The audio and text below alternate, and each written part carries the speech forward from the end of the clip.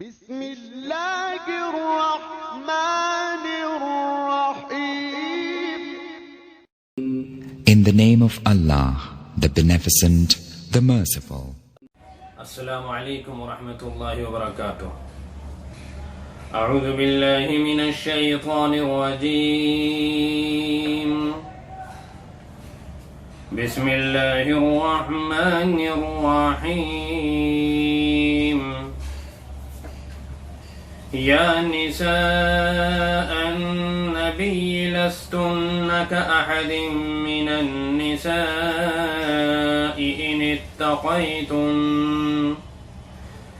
إن اتقيتن فلا تخضعن بالقول فيطمع الذي في قلبه مرض وقلن قولا معروفا وقرن في بيوتكن ولا تبرجن تبرج الجاهلية الأولى وأقمنا الصلاة وآتينا الزكاة وأطعنا الله ورسوله إنما يريد الله ليذهب عنكم الرجس أهل البيت ويطهركم تطهيرا.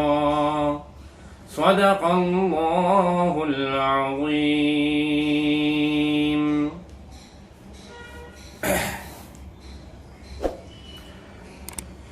خواتین سے متعلق اہم آداب اور قیمتی نصیحتوں کا بیان چل رہا ہے.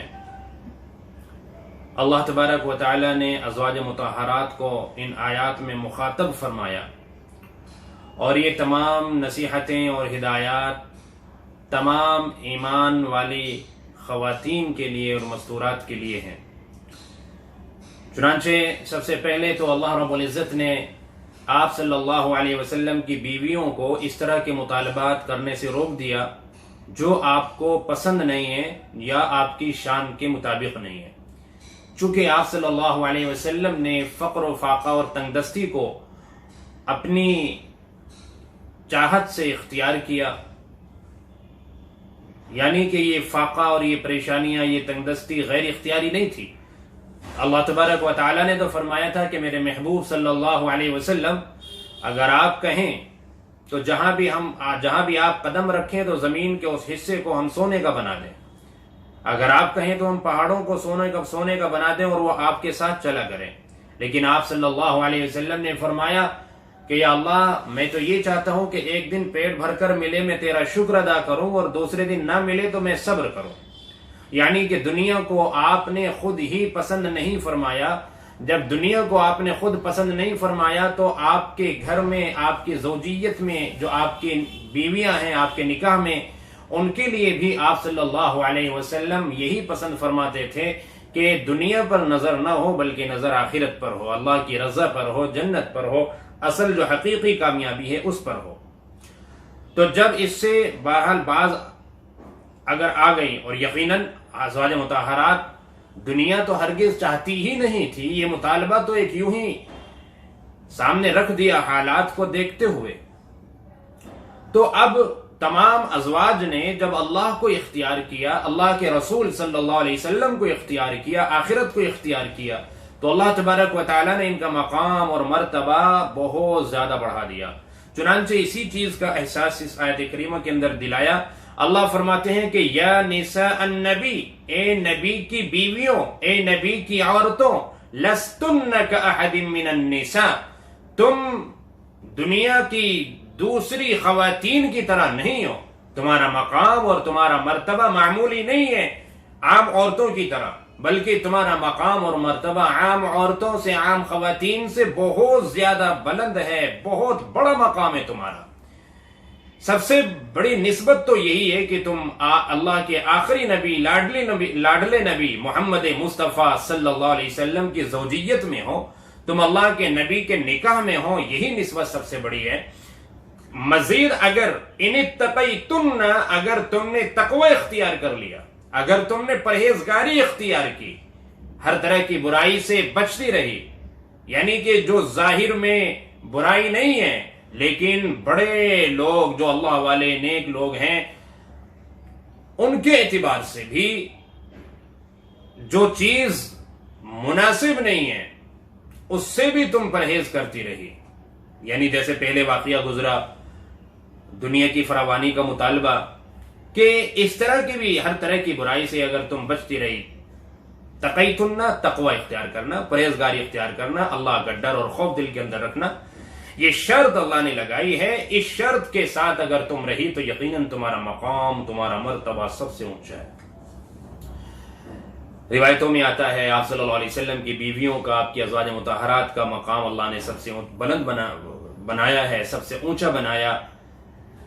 حالانکہ ایک آیت کریمہ ہے جس سے پتہ چلتا ہے کہ حضرت مریم علیہ السلام کا مقام اللہ پاک نے سب سے بلند بنایا ہے. ان اللہ اصطفاک وطہرک واصطفاک علی نساء العالمین. اللہ فرماتے ہیں کہ ہم نے تمہیں منتخب کیا. مریم علیہ السلام سے فرما رہے ہیں ہم نے تمہیں پاکیزہ بنایا اور تمہیں ہم نے اپنے لیے منتخب کیا، تمام دنیا جہاں کی عورتوں میں سے تم کو چھانٹا، قدرت کے اظہار کے لیے اور اپنی قدرت دکھانے کے لیے. ایسی اور روایات ہیں جس میں حضرت آسیہ رضی اللہ عنہا جو فرعون کی بیوی ہیں ان کا بھی بہت بڑا مقام بیان کیا گیا. جیسے کہ شیخین میں صحیح مسلم اور بخاری میں روایت ہے، آپ صلی اللہ علیہ وسلم نے فرمایا کہ کامل مرد تو بہت ہوئے لیکن کامل عورت صرف حضرت آسیہ ہوئی ہیں. ایسے حضرت عائشہ رضی اللہ عنہ کے بارے میں فرمایا کہ حضرت عائشہ رضی اللہ عنہ کا مقام تمام عورتوں میں ایسا ہے جیسے کہ سرید کا مقام تمام سالن، جتنے بھی سالن ہیں نا اس میں سرید سب کا سردار ہے. ایسے ہی حضرت عائشہ رضی اللہ عنہ کا مقام بتایا. ایسی ایک روایت میں حضرت خدیجہ رضی اللہ عنہ کی بھی فضیلت بیان کی. حضرت فاطمہ الزہرا رضی اللہ عنہ کو تو جنت میں تمام عورتوں کا سردار بتایا گیا. تو یہ چند منتخب خواتین ہیں، حضرت عائشہ رضی اللہ عنہ، حضرت خدیجہ رضی اللہ عنہ، حضرت فاطمہ الزہرا رضی اللہ عنہ، حضرت آسیہ رضی اللہ عنہ، حضرت مریم رضی اللہ عنہ. ان کا مقام بالخصوص بیان کیا گیا، ان کی فضیلت بالخصوص بیان کی گئی. تو یہ اللہ تبارک و تعالی کی مرضی ہے کہ اللہ تبارک و تعالی جس کو چاہیں فضیلت عطا فرمائے. اللہ پاک نے جیسے دنوں میں سے بھی بعض دنوں کو فضیلت دی، اللہ نے مہینوں میں بعض مہینے کو فضیلت دی، راتوں میں بعض رات کو فضیلت دی، ایسے ہی فرشتوں میں بعض فرشتوں کو فضیلت دی، نبیوں میں بعض نبیوں کو فضیلت دی. ایسی اللہ نے عورتوں میں تمام امہات المؤمنین کو فضیلت دی، حضرت مریم اور حضرت آسیہ علیہم السلام کو فضیلت دی. تو یہ اللہ تبارک و تعالی نے فضیلتیں عطا فرمائی ہیں. بہرحال جب مقام اور مرتبہ کسی کا بلند ہو جاتا ہے تو اس کو اتنے زیادہ تقوی اختیار کرنے کی ضرورت پڑ جاتی ہے. ہاں بھائی، تمام عورتوں سے زیادہ تقوی اختیار کرنے کی ضرورت پڑ جاتی ہے. تو اللہ رب العزت نے یہاں پر فرمایا کلیئرلی کہ لستن کاحد من النساء، کہ تم عام عورتوں کی طرح نہیں ہو. ان اتقیتن، یہ شرط بھی لگا دی کہ اگر تم تقوی اختیار کرو. فلا تخضعن بالقول. اب یہاں ایک بہت اہم اللہ تبارک و تعالی نصیحت فرما رہے ہیں، اور یہ تمام ایمان والی عورتوں پر اپلائی ہوتا ہے، اور خاص طور سے ازواج مطہرات پر بہت زیادہ، اس لیے کہ آپ صلی اللہ علیہ وسلم کے بعد ازواج مطہرات سے ہی مسائل بھی پوچھنے کی نوبت آئی، اور غیر محرم سے بات کرنے کی ضرورت بھی پیش آئی. تو ایسا ہوتا ہے، غیر محرم سے بات کرنی بھی پڑ جاتی ہے. تو اگر کسی غیر محرم سے بات کرنی پڑ جائے تو غیر محرم مرد سے کوئی خاتون، کوئی عورت کس طرح سے بات کرے، اللہ تبارک و تعالی نے یہاں اس کا طریقہ بیان فرمایا. اللہ فرماتے ہیں کہ فلا تخضعن بالقول. بات میں جو ایک نرمی ہوا کرتی ہے، عورتوں کے مزاج میں ایک نزاکت ہوا کرتی ہے، اللہ فرما رہے ہیں اس نزاکت کے ساتھ، اس نرمی کے ساتھ بات نہ کرے، بلکہ بات کرنے کے اندر کچھ روکھا پن ہو، انداز کچھ کڑک ہونا چاہیے، جس سے کہ فیطمع الذی فی قلبہ مرض، جس کے دل کے اندر خرابی ہے، کھوٹ ہے، نیت اس کی خراب ہے، اس کی نظریں صحیح نہیں ہیں، ایسا نہ ہو کہ ایسی خراب نیت والے کچھ مائل ہونے لگیں تمہاری طرف.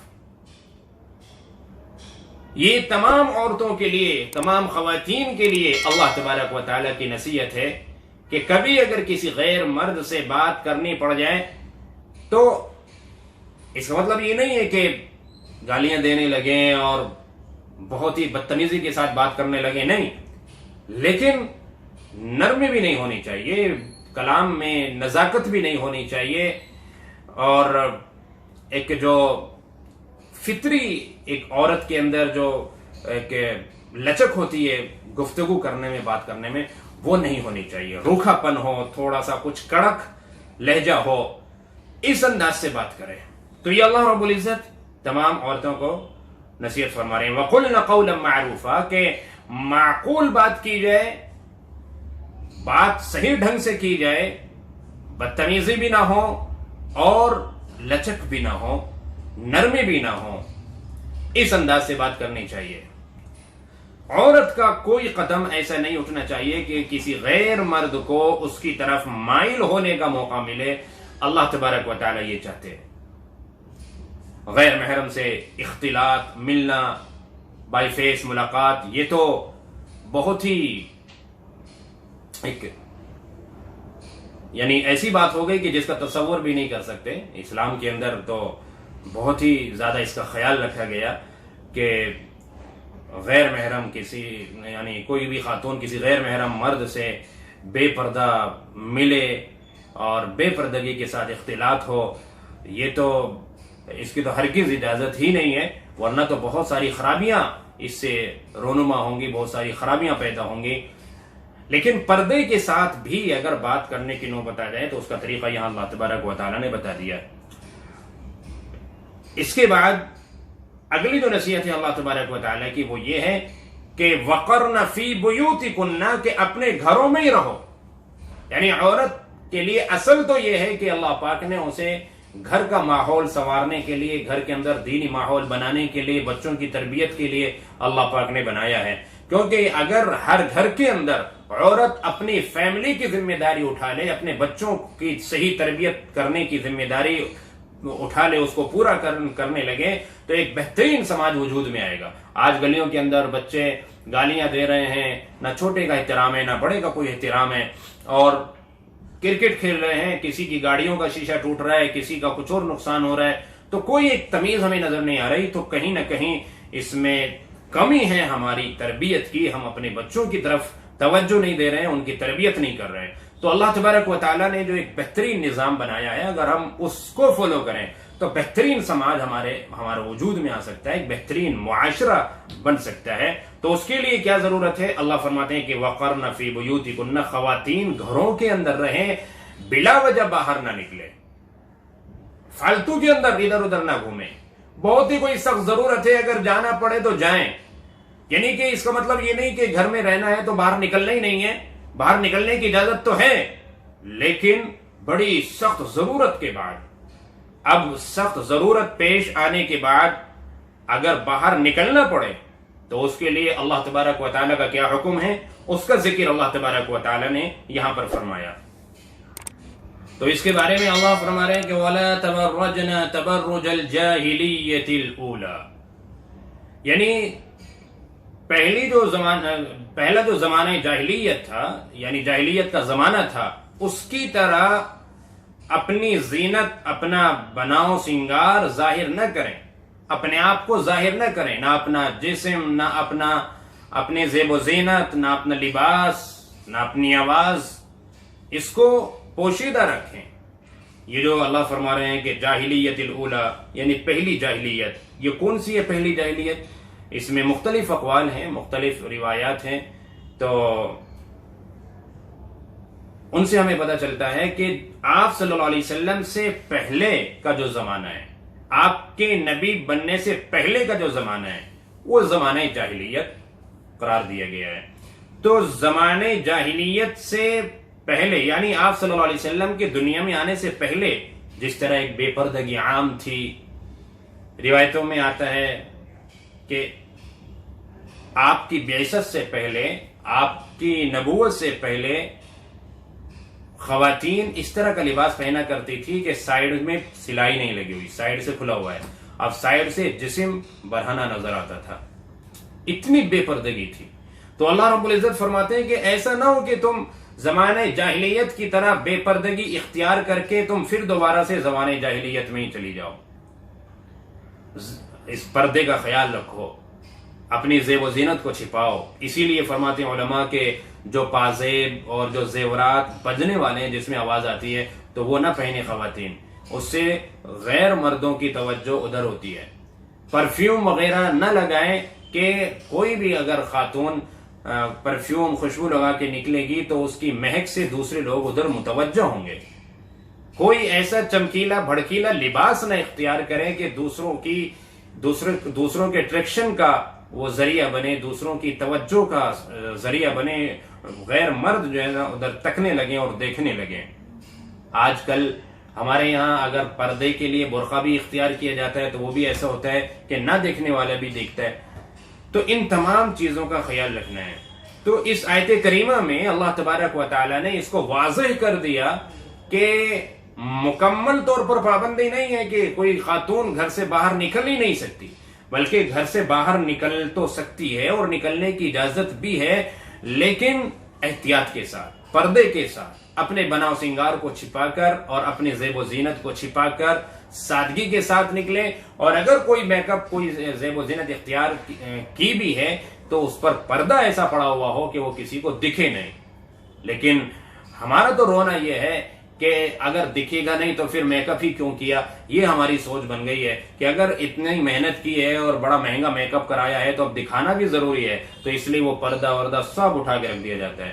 بالوں میں کلر کرایا گیا تو اب دوپٹہ کیسے اوڑھیں، کمر پر دونوں کندھوں کے درمیان ڈیزائن بنوایا گیا مہندی سے تو پھر فل لباس کیسے پہنے، اور کوہنی تک مہندیاں لگوائی گئی ہیں تو آستین کیسے ڈھک لیں ہم.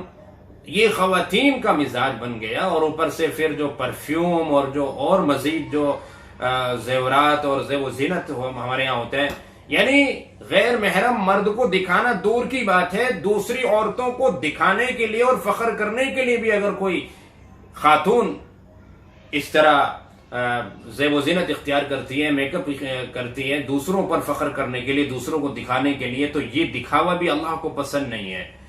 اس پر بھی اللہ تبارک و تعالیٰ کی ناراضگی ہوتی ہے اور بڑی سخت پکڑ ہوتی ہے.